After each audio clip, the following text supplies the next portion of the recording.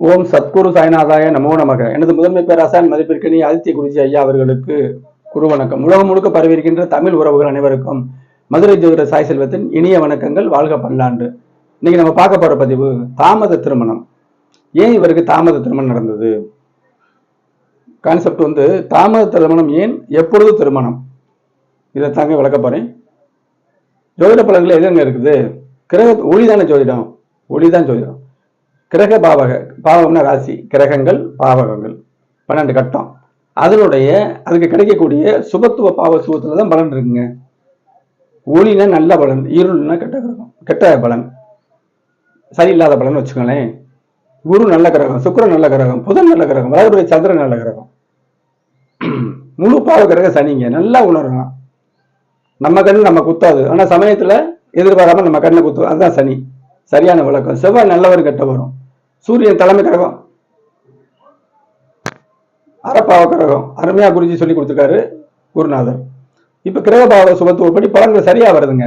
எந்த கிரகம் அதிகமான சுபத்துவமா இருக்கு, அதோட எண்ணங்களும் தொழில்களும் இருக்குற அமைப்பு. திருமணம் லக்கணம் எல்லாருக்கும் நல்லா இருக்கணும், ராசி நல்லா இருக்கணும், குடும்பஸ்தானம் நல்லா இருக்கணும், 7ஆம் இடம் நல்லா இருக்கணும், சுக்கிரன் நல்லா இருக்கணும், 3, 12 நல்லா இருக்கணும். இதெல்லாம் இருந்தா நிறைவான வாழ்வு. இதுல கூட பாவகிரகங்கள் நல்லா கவனிங்க. லக்னம் 7ஆம் இடம், 8ஆம் இடத்துல இருந்தா 2 பார்க்கும். 8, 7ஆம் இடம், 7, 8, 3, 12. இதுல பூரா சனி செவ்வாய் தொடர்பு கொண்டிருந்தால் அவர் தொடர்பு கொண்டிருக்கிற தன்மைக்கு ஏற்ப தாமதமா திருமணம் ஆகும். இதுல எல்லாம் முயற்சி செய்யாம போச்சு அதெல்லாம் கிடையாது.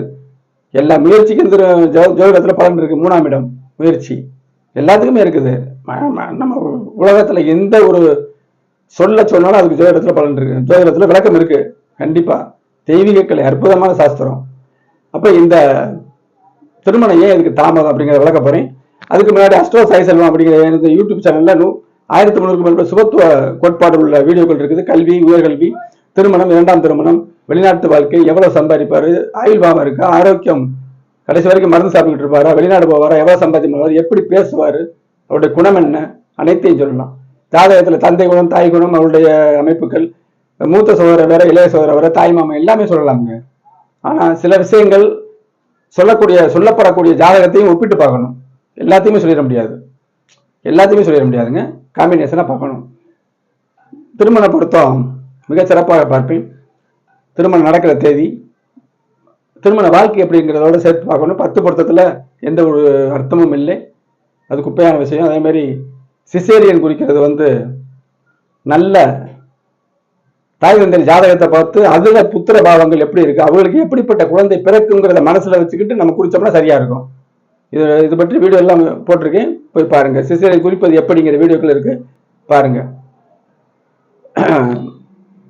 உங்களுக்கு எந்த ஒரு விஷயமாக இருந்தாலும் திருமண தடையா இருக்கா, உங்களுக்கு, உங்க பிள்ளைகளுக்கு, உங்க பேர குழந்தைகளுக்கு யாருக்குனாலும் தடையா இருக்கா, இந்த வாட்ஸ்அப் நம்ம தொடர்பு கொண்டு ஜாதகத்தை அனுப்பி வைங்க.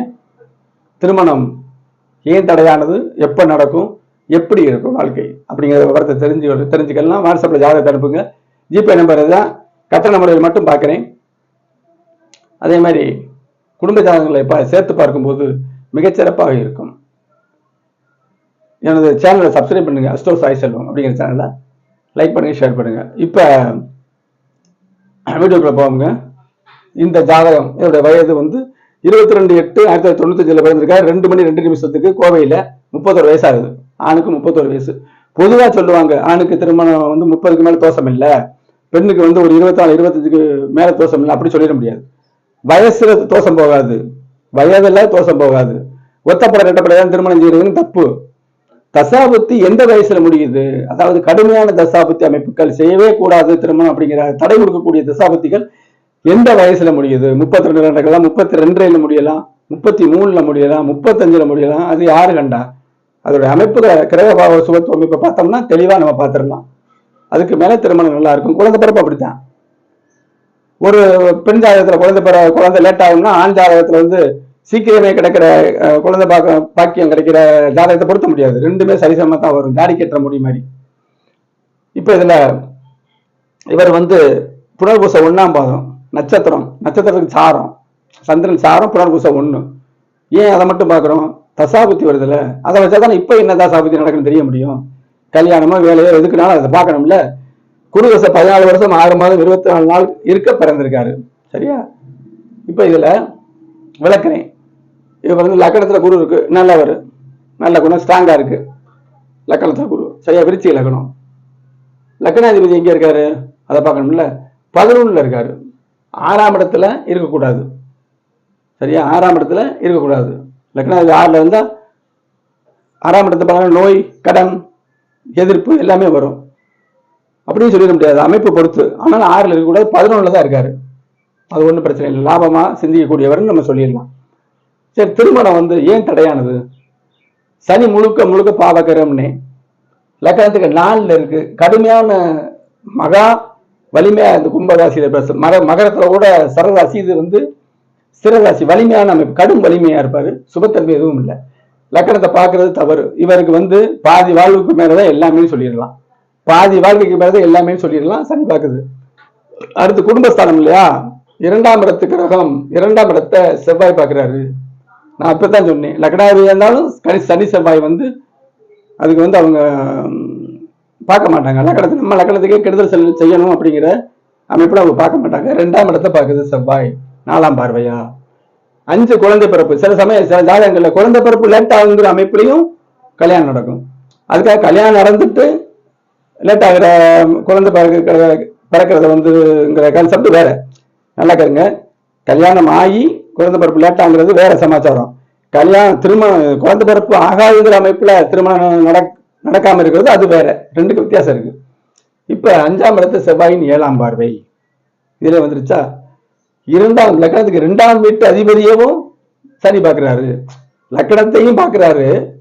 2ஆம் அதிபதி குருவாகி அவரையும் சனி பார்க்கிறாரு. தோஷத்தை அடுக்குங்க.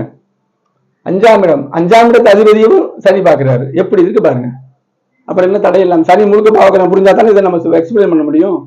சனியை ஈஸ்வரன் சொல்லிக்கிட்டு நம்மளே திட்டுறாங்க. சனியை பத்தி உங்களுக்கு என்ன தெரியும்? நல்லா தெரியும், நம்ம அனுபவிச்சு பார்க்கிறோம்.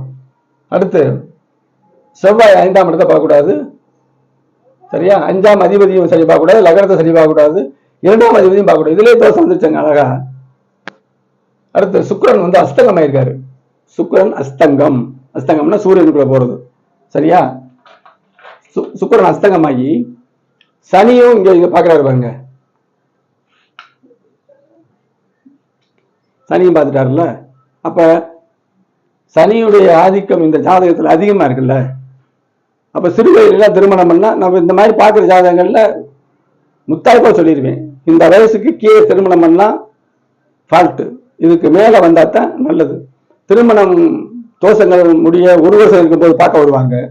திருமணம் முடிஞ்ச உடனேயும் அந்த தோஷங்கள் முடிந்த உடனே பார்க்க வருவாங்க. ஆரம்பத்துல அந்த நடக்கக்கூடிய சுபத்தன்மை நடக்கக்கூடிய ஆரம்பத்திலையும் வருவாங்க. 5 வருஷம் தோஷம் இருக்கக்கூடிய அமைப்புலையும் வருவாங்க. அப்ப நம்ம தெளிவா நம்ம அதை பதில் சொல்லணும். அப்ப லக்கணத்தை சனி பார்க்க, 2ஆம் அதிபதி சனி பார்க்க, 5ஆம் அதிபதி குழந்தை விருச்சியத்து குருதான 2 5 கூடியவர், அவரையும் சனி பார்க்க, செவ்வாயும் அங்க பார்க்க, சுக்கிரனும் அதாவது பெண்ணு தெளிவான பெண்ணு கிடைக்கும். ஏன்னா திப்பல சூரியனோட சேர்ந்திருக்கு, புதன் படிச்ச பெண்ணு. ஆனா அஸ்தங்கம், இப்ப சனியோட பார்வை. அப்ப லேட்டா செஞ்சாதான் உங்களுக்கு நல்லா இருக்குன்னு சொல்லியாச்சு. இப்ப தோஷம்லாம் இந்த புழு கோடு. இப்ப வந்து குரு 5ஆம் இடத்தை குரு மறுபடி பார்ப்பாரு. தோஷத்துக்கு பிறகு மறுபடி பார்வை. 7ஆம் இடத்தை குரு பார்க்கறது இப்பதான் எடுக்கணும். தோஷம்லாம் முடிஞ்ச பின்னாடிதான் இதை எடுக்கணும். முதல்ல சனி செவ்வாயின் பார்வைகள், தொடர்புகள், அடுத்து தான் குருவோட தொடர்புகள். இருட்டுக்கு பின் வெளிச்சம்னு எடுக்கிறது. 7ஆம் இடம் பாகிஸ்தானத்தையும் பார்க்குது. அப்போ நல்ல மனைவி கண்டிப்பாக கிடைக்கும் அப்படின்னு சொல்லியாச்சுங்க. இப்ப அப்ப திருமணம் இவருக்கு சீக்கிரத்திலே நடக்க போகுது. இந்த உச்சகுரு பயிற்சி வரும் பொழுது கண்டிப்பா இப்ப இவருக்கு வந்து புதன் தசை நடந்துகிட்டு இருக்குங்க. அப்ப புதன் தசையில சுக்கிரனோட சேர்ந்த புதன் தசையில திருமணம் கண்டிப்பாக நடக்கும் அப்படிங்கிற சொன்ன விஷயம் தாங்க. அப்ப எல்லா பலனுமே இந்த கிரக பாவக சுபத்துவ பாவத்துவ கோட்பாட்டில் தான் இருக்குங்கிறத மிக உறுதியாக நான் சொல்றேங்க. நான் அப்படிதான் பார்க்குறேன். பலன்கள் சரியாகவே இருக்குது.